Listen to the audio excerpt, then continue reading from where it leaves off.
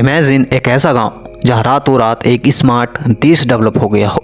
चौड़ी चौड़ी सड़कें, चौड़ी नाली और खूबसूरत घर। ये भारत का कोई स्मार्ट सिटी परियोजना नहीं है, और ना ही स्मार्ट विलेज परियोजना, और ना ही ये सरकार बना रही है, और ना ही ये सरकार की कोई योजना। ये है बिहार का दशरथ देश। बिहार का ये दशरथ देश भारत सरकार के मुंह में तमाचा है, बिहार सरकार के मुंह में तमाचा है। और इसीलिए आज इस दशरथ देश को इसे 3 सेक्शन में समझेंगे। पहला सेक्शन होगा कि यदि सरकार नहीं बना रही है तो यह कौन बना रहा है।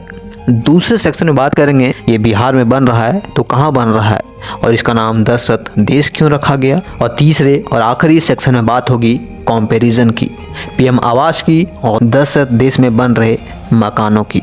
तो फिर देरी किस बात की, चलिए शुरू करते हैं। साथियों, आपको जानकर हैरानी होगी कि दशरथ देश को ना ही बिहार सरकार विकसित कर रही है और ना ही भारत सरकार डेवलप कर रही है। डेवलप कर रहा है ताइवान की एक एनजीओ सूची फाउंडेशन।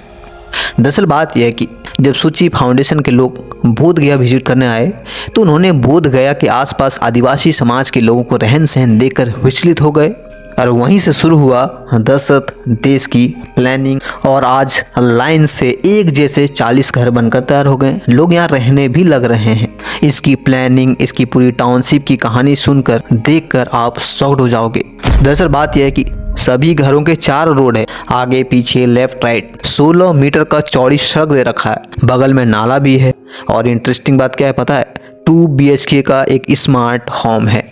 नाम रखा गया है दशरथ देश। इसके पीछे भी एक बड़ी कहानी है, पर पहले ये समझते हैं बिहार का बोध गया में ये कहाँ पर बन रहा है। तो बेसिकली यह बन रहा है बोध गया विधानसभा क्षेत्र के सिलोंजा गांव में, जो एक स्मार्ट गांव के तर्ज पर तैयार हो रहा है, पर नाम है दशरथ देश। इसके पीछे भी एक स्टोरी है।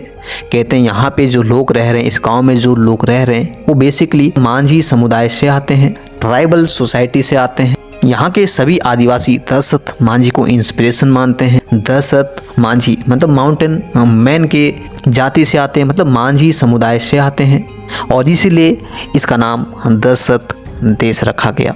बाकायदा यहाँ पे दशरथ मांझी की एक स्टैचू भी बनाई गई है, और बनाया गया स्कूल और हॉस्पिटल। और सबसे इंटरेस्टिंग बात यहाँ पर क्या है आपको पता है, सूची फाउंडेशन गांव में जितने पढ़े लिखे बेरोजगार लोग हैं उसको प्रति माह 6000 भी दे रहे हैं। और फ्यूचर में यहाँ पे कुछ ऐसी स्टार्टअप्स लाने वाले हैं जो यहाँ के लोग, इस गांव के लोग यहीं रहकर रोज़गार क्रिएट कर सके और दूसरे आसपास के गांव के लोगों को यहाँ पर काम दे सके। अब बात करते हैं सरकार के मुंह में ये तमाचा कैसे है। आज भारत सरकार इनफैक्ट स्टेट गवर्नमेंट नए नए घर दे रही है, बात चाहे पीएम आवास योजना हो या स्टेट गवर्नमेंट की अपनी कोई योजना हो। इनफैक्ट कई सारे प्रदेशों में आज भी आदिवासी समाज के पास अपना खुद का घर नहीं है, वहीं टूटी फूटी फूसी या फिर मिट्टी के घरों में रहने पर मजबूर होते हैं। और वही मजबूरी की वजह से आज एक बिहार में दशरथ देश बन रहा है। हमारी सरकार इन गरीबों तक पहुंचने में सक्षम नहीं हो पा रही। सक्षम होगी भी कैसे, बीच में मुखिया, प्रधान और भी कई सारे बिचौलिए लग जाते हैं। जब तक हम कमीशन देते नहीं हैं हमारा नाम आगे बढ़ाता नहीं है। और यही कारण है कि बिहार, झारखंड, छत्तीसगढ़, उड़ीसा, बंगाल के जितने भी गरीब आदिवासी लाचार पीड़ित परिवार के लोग हैं सब इस दलदल में फंस जाते हैं। और फंसेंगे भी क्यों नहीं, बिचौलिए आकर पैसे खा जाते हैं। और पैसे भी कितने मिलते हैं, सिर्फ 3 लाख। 3 लाख में घर भी बनता है? बिल्कुल भी नहीं। अब यहाँ पे मैं एक इंटरेस्टिंग फैक्ट बताने वाला हूँ। दशरथ देश में जो घर बना है, जो सूची फाउंडेशन द्वारा जो घर बनाया गया है, उसकी एक घर की कॉस्ट 13 लाख है। 13 लाख में बना यह घर बहुत ही खूबसूरत वेल प्लान तरीके से बनाया गया। मतलब फर्क साफ है, हम लोग सिर्फ नीपा पोती करने का काम कर रहे हैं। असली डेवलपमेंट हमें करना नहीं है। सबको अपने हिस्से की लूट चाहिए, सबको अपने हिस्से की कमीशन चाहिए।